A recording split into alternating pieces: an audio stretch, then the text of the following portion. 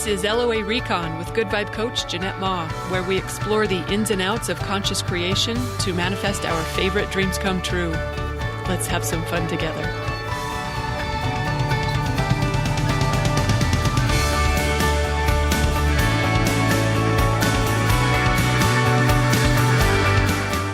Okay, that was lucky. I just hit the record button and then noticed the microphone wasn't plugged in. Ta-da! That's the payoff for setting an intention for a smooth recording. All right, I got an episode for... Oh, first of all, welcome, and thank you for joining me for another episode. I've got a topic today that I believe I know what it's called. I'm flirting with the idea of calling this Alignment Hack number 23, How to Be and Why to Be Deliberately, Discerningly Dismissive. But I'm also wondering if it might be called one of the neglected skills of manifesting, which is how to be dismissive. So I'll just jump in. We don't know what it's called. We'll find out later. Someone was telling me the other day about, some minor medical event that they might have experienced, maybe she did experience something, maybe she didn't. The jury was still out about it. It kind of sounded like she wasn't really fully trusting the assessment from the tests that they had ran. So, who knows? Maybe something happened, maybe it didn't.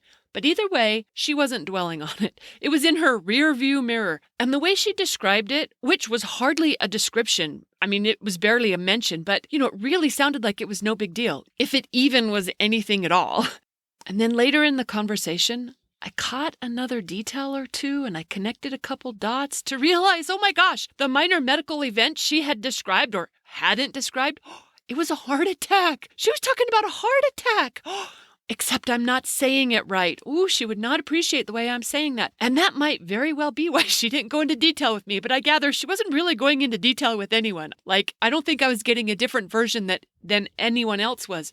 Normally, you'd think I'm a safe audience for not making mountains out of molehills. Unless, of course, they're good molehills that we want to make mountains out of. I'll do that with you all day long. But, on this subject, she was approaching it differently than I did. For her, it was going right under the rug. Except, you know what? That is not the right metaphor. Not for this conscious creator, because she wasn't ignoring it, or she was, but not in a head in the sand kind of way. She was doing it in I create my own reality and I'll decide what matters and what's happened kind of way. It was empowered. It wasn't resistant. It wasn't fearful. It wasn't, I can't bear to think or talk about it, so I'm just going to do my best to ignore it. It wasn't like that. It was more of I'm deciding this is a non-event and so it is kind of way. Oh my gosh, I've got so much respect for that. Her attitude about it was she didn't even call it a heart attack. I can't remember exactly how she described it. Minor episode or something like that.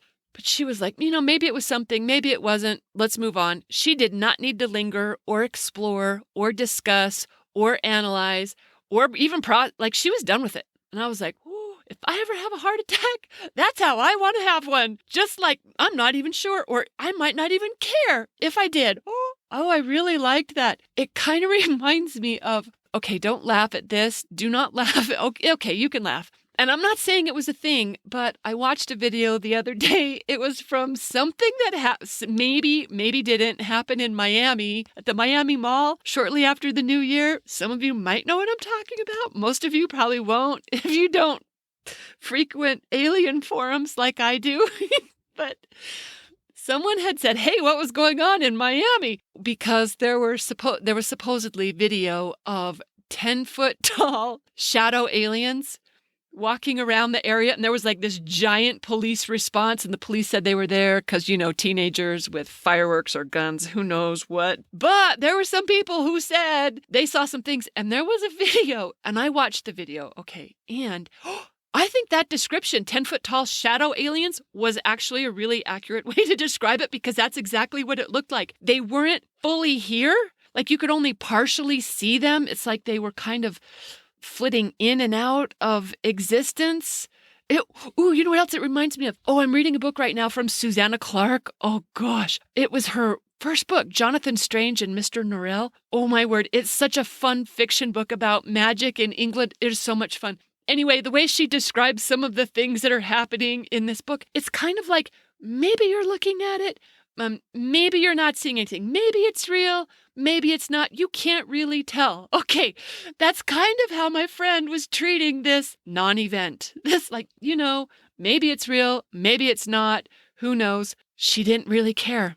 That's how she was talking about it was not her. She does not claim it as a heart attack. I feel every time I go to call it that, I feel like I'm betraying her a little bit because she is not using that language. And let's face it, there's some maybe good reason to do that because the vibration of that phrase is very different than minor medical episode.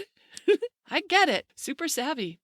I love that she addressed it that way because in doing that, she wasn't collapsing a potentially unwanted reality into her existence. Like she was still having waves of possibility, not particles, as Fred Alan Wolf might say, for popping the quiff, the quantum wave function. That guy's hilarious. But, when she hasn't decided or hasn't concluded anything about it, it leaves the doors open. Who knows?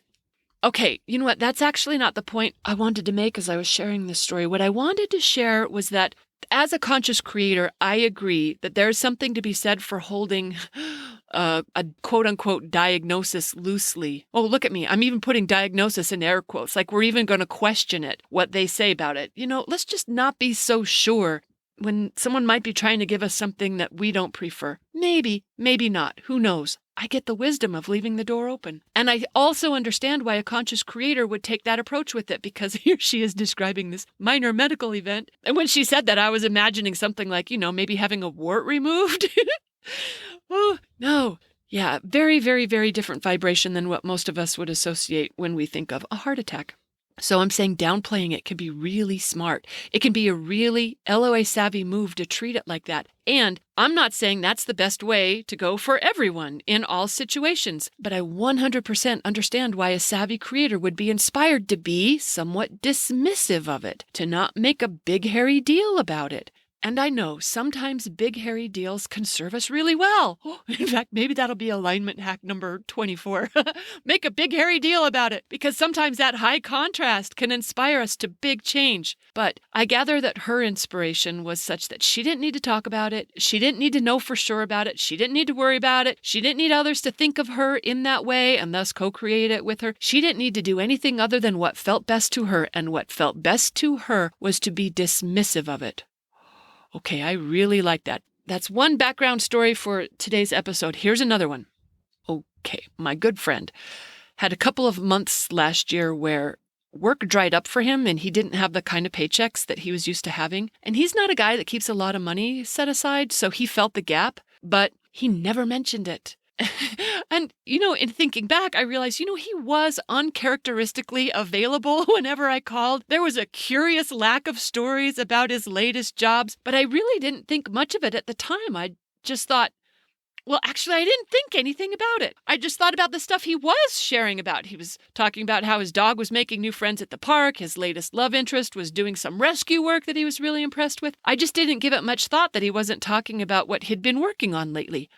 And I wasn't the only one. He was making a noted effort not to, he was making a point of not dwelling too much on the fact that he wasn't working. Oh, okay. I didn't know that at the time till we were getting caught up at about the year end, and he shared a story that had a little detail. It was just a minor aside. It was not a major feature in his story, but he just included in passing a little detail about how he'd missed his rent payment 3 months in a row. And I was like, what? You what? You missed 3 rent payments in a row? And immediately I could tell he regretted mentioning it to me, because here I was jumping on it like it was a big deal. And he was purposely not treating it like that. He was treating it like an anomaly, like a fluke, like it was just a temporary rift in the fabric of the cosmos that would soon remedy itself. And sure enough, he was working again. He was caught up on his bills. In fact, that guy had so much extra, he was asking me if he could support me in any of my rescue work. Come on. That guy is a conscious creator. A conscious creator who knows, don't play up a bad story. Don't dwell on what you don't want more of. That's why he was doing this mum's the word routine on having been out of work for all that time, for basically a quarter of the year. He was just riding it out. He wasn't sweating it. He wasn't talking about it. He wasn't fretting about it. He wasn't even figuring out how to fix it even. And you couldn't blame anyone who might go that route with it. But his approach was, gosh, it was just the opposite. He was being dismissive of it. He was treating it like this was not a thing. I feel like I've done an episode or at least a blog post on that before. Like, this is not a thing. Sometimes that works really well for me. Anyway, I was super impressed, and I've got big respect for those who are really savvy about how to dismiss those details in life that they do not want to expand in their reality, because they know how to ignore what they don't want. They know how to turn the spotlight over to what they do want, so they don't linger on the stories of the love interests who ghosted them or the bosses who made a bad call. Instead, they're exaggerating how friendly the cashier was or how quickly the technical issue resolved itself. They're emphasizing the parts that they prefer, and they're just dismissive of the parts that they don't. That is a solid manifesting skill. You know what? It's another way, another good reason to be more like a diva. We can glean a lot of helpful alignment tips from the divas of the world, including self-care and self-love, a positive self-image, positive expectations, etc. And this is another one of those skills, knowing who and what to ignore. Because think about it. Those of us who are, super nice, we would never ignore you. We would never be dismissive. We'll pay attention to all the things that someone thinks it's important. We're right there with you because we're empathetic like that. And hello, truthful people of integrity. They don't distort. And observant people. They don't miss a single thing. Okay. Sometimes those qualities don't serve our alignment game. Sometimes they don't. Knowing when to close your eyes, when to assume that you misheard, when to refuse to hear, when to turn your attention, when to hang up the phone and stop replying and change the subject. These are really good manifesting skills. Because sometimes it does serve us better to ignore and to minimize and to overlook or to come to our own conclusions. Things that I know it would serve me to be more dismissive of. Oh, like when I feel slighted by someone I'm working with in the rescue group, or maybe when a neighbor reports something unfriendly about another neighbor, or maybe when my senior cat's showing maybe a sign of slowing down. You know what? I'm not going to jump on that story. Instead, I'm going to jump on the stories of the people I know who have 20-plus-year-old cats and all the wonderful rescue videos on TikTok and Reels. Oh, and I'm going to play up. Oh, I just looked up our snow tallies. Oh, our last storm took us up to 114%. For those of you who have not lived in a drought-stricken area, you won't understand the joy that brings, but it brings such big joy, especially because last year we had an amazing snow year. It was so good for our area, and it looks like we're having another one. Okay, that's what I'm going to play up. Another good snowpack year. In fact, I was thinking about this topic when a fellow creator asked me about my foster kitten who... I had texted a picture to my rescue group coordinator, and I was like, does this look weird to you? And he replied saying, yeah, that cat's cowhocked. And I was like, I didn't know that was a thing. I Googled it. Oh, hello. It's bad. It is nothing. No, that's nothing good. That was not the thing to do, Jeanette. This was not a minor thing, according to Google. It was so disturbing that I turned to my fellow cat lovers on Facebook, and I was like, hey, do I know anyone here who has ever had a cow-hawked cat or kitten? And sure enough, my friends delivered. They were like, yeah, my cat has it, so what? And they were like, they were so dismissive of it. They were like, why are you even bother asking this? Who cares? That's not exactly what they said. But they were like, yeah, we've seen it. It's fine. Who cares? What else you got? They weren't upset about it at all. They were dismissive of it. They were so dismissive that I found myself wanting to explain, me, who knows nothing about this condition and who knows everything about the importance of our focus, I found myself wanting to explain to them why I asked, because according to Google, this can be really bad. It was not a stupid question. This could be scary. But then I realized when my friend called and she said, hey, how's that cow-hawked kitten of yours? It's a foster kitten. Did you hear my giggle? We're still calling it a foster kitten. She said, how's that cow-hawked kitten of yours? And I was like, no one seems to think it's a big deal, but... And when I was on my butt, I was like, girlfriend, you let this not be a big deal. You join your friends. That's why you went there in the first place, because you were looking for someone who would tell you it's fine. So I'm willing to let it be not a big deal. Me, of all people, I can be dismissive of the thing that I didn't even know existed before. Hello, I can forget all about it.